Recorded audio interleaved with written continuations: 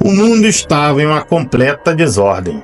As fúrias das águas invadiam as cidades, arrastando tudo em seu caminho. Animais indefesos lutavam em vão contra a força implacável do dilúvio. Crianças eram levadas pelas correntes, com seus gritos abafados pelo rugido das águas devastadoras. Esse é o cenário aterrador que a humanidade enfrentou quando Deus decidiu limpar a terra da sua corrupção.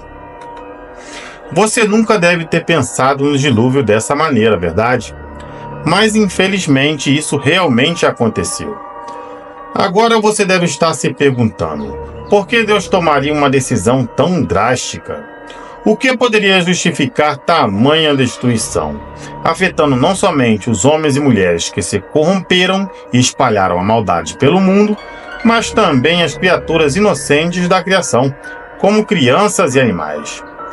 Para entender essa decisão fatal, precisamos voltar no tempo, às raízes da corrupção e violência que dominaram o mundo antes do dilúvio. Antes do dilúvio, a terra estava tomada pela maldade. Gigantes caminhavam entre os homens, anjos caídos se misturavam com mulheres mortais e a violência se espalhava como uma praga.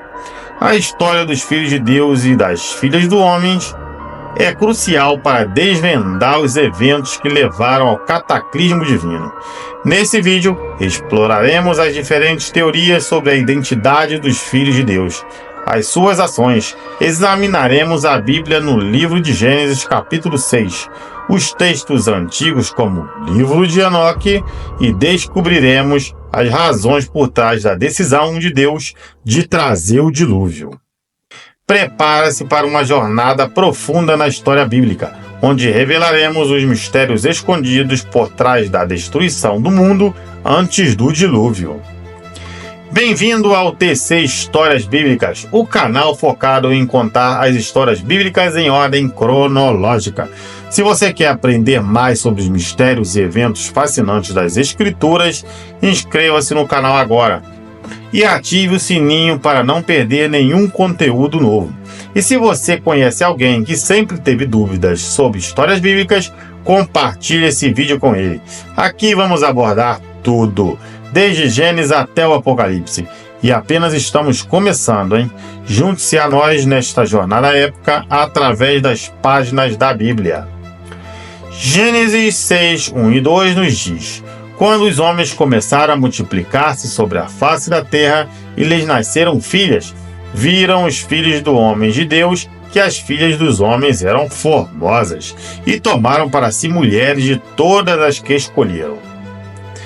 Esse foi o estopim, o ponto onde a maldade começou a atingir um nível que parecia não ter mais volta.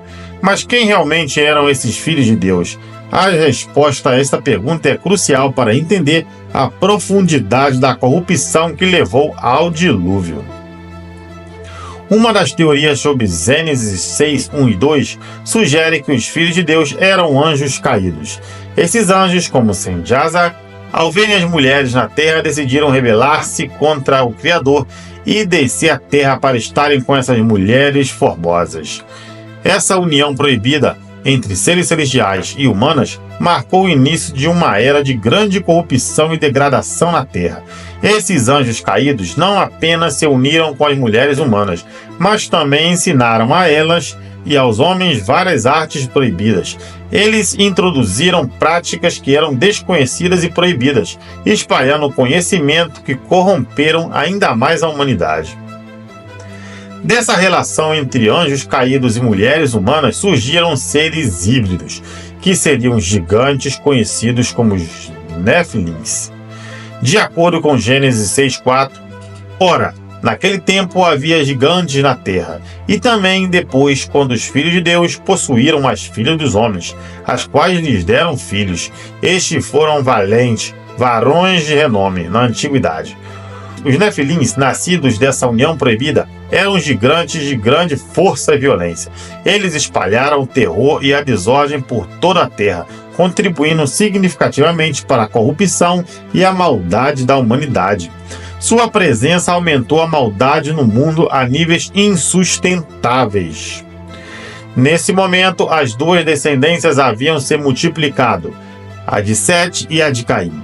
Os filhos de Sete seguiam os princípios de Deus, como justiça, bondade e devoção, mas os filhos de Caim continuavam praticando maldades, desobediências e violências. As duas gerações conviviam juntas, mas a situação estava longe de ser harmoniosa. Enquanto os descendentes de Sete procuravam viver de acordo com os mandamentos divinos, os descendentes de Caim se multiplicavam, cometendo os mais variados tipos de crimes e desobedecendo a Deus.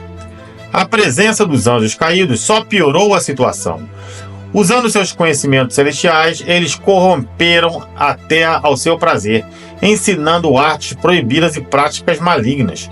Enquanto isso, os gigantes Nefilins causavam a destruição, se alimentando de tudo que havia na terra, inclusive de seres humanos.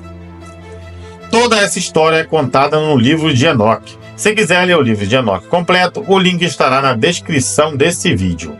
Mas não é apenas o livro de Enoque que fala sobre os anjos caídos. A Bíblia também menciona esses eventos.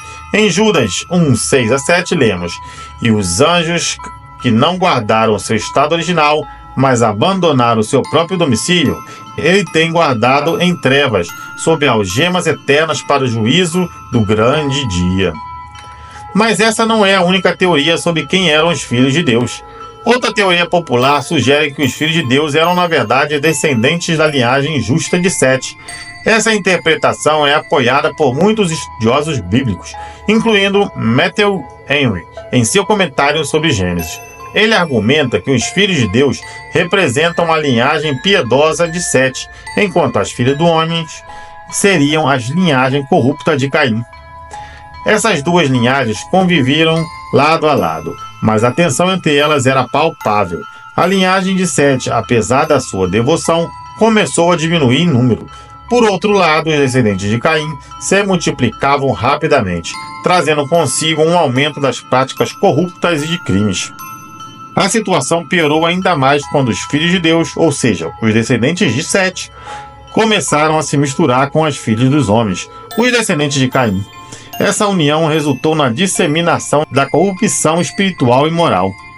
Os valores piedosos dos descendentes de Sete foram gradualmente corroídos pela influência negativa dos descendentes de Caim.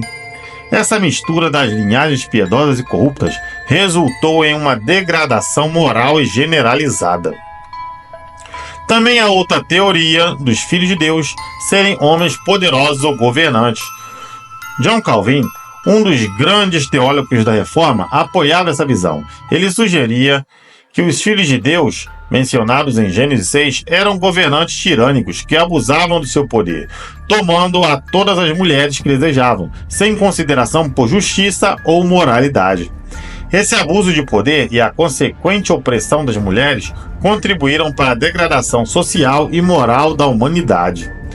Nessa perspectiva, os filhos de Deus eram homens influentes que usavam sua posição para explorar e corromper. Eles mantinham relações com muitas mulheres, criando uma cultura de impunidade e de respeito às leis divinas. Essa visão complementa a ideia de que uma sociedade estava em um estado de total desordem e decadência moral. De acordo com essa teoria, os Nefilins seriam os descendentes desses poderosos governantes e das mulheres que tomaram. Eles eram conhecidos por sua força e habilidades excepcionais, mas também por sua violência e crueldade. Esses gigantes se tornaram símbolos da opressão e de respeito, intensificando ainda mais a corrupção da terra. Diante dessa situação insustentável, Deus viu que a maldade do homem era grande na terra e que todo o desígnio dos pensamentos do seu coração eram continuamente mau. A presença dos anjos caídos dos Nefilins, a mistura das linhagens piedosas de Sete com as corruptas de Caim e o abuso de poder pelos governantes criaram um mundo onde a justiça e a bondade quase não existiam mais. Diante dessa situação insustentável, Deus decidiu que uma ação drástica era necessária para purificar a terra e restaurar a ordem. Mas por que a decisão de Deus incluiu a morte de animais e crianças inocentes? Para entender isso, precisamos considerar a interconexão de toda a criação e a extensão da corrupção. A criação é interdependente e interconectada. Os seres humanos, animais e o meio ambiente formam um ecossistema interligado. A corrupção humana afetou todas as partes da criação. O pecado e a maldade dos homens corromperam não apenas a sociedade humana, mas também a natureza e os animais. A violência e a degradação moral dos humanos tinham um impacto direto sobre os animais e o meio ambiente, causando um efeito cascata de destruição. O dilúvio foi uma tentativa de Deus de uma purificação completa. Deus estava preparando a terra para um novo recomeço, onde a justiça e a pureza poderiam ser restabelecidas. Portanto, o dilúvio não foi apenas uma punição para os humanos corruptos, mas uma purificação necessária para toda a criação. Deus não estava apenas destruindo, mas também preparando o caminho para uma nova aliança, um novo começo, com Noé e sua família, os únicos que encontraram graça aos seus olhos. Falando de Noé e sua família, esse será o tema para o próximo vídeo. Como era realmente a Arca de Noé? Será que seria possível comportar toda a classe de animais como menciona a Bíblia? E o dilúvio foi real? Existem provas sobre o dilúvio? Você vai descobrir tudo isso no próximo vídeo. Para isso, inscreva-se no canal e clique no sininho para receber as notificações. Até a próxima segunda-feira.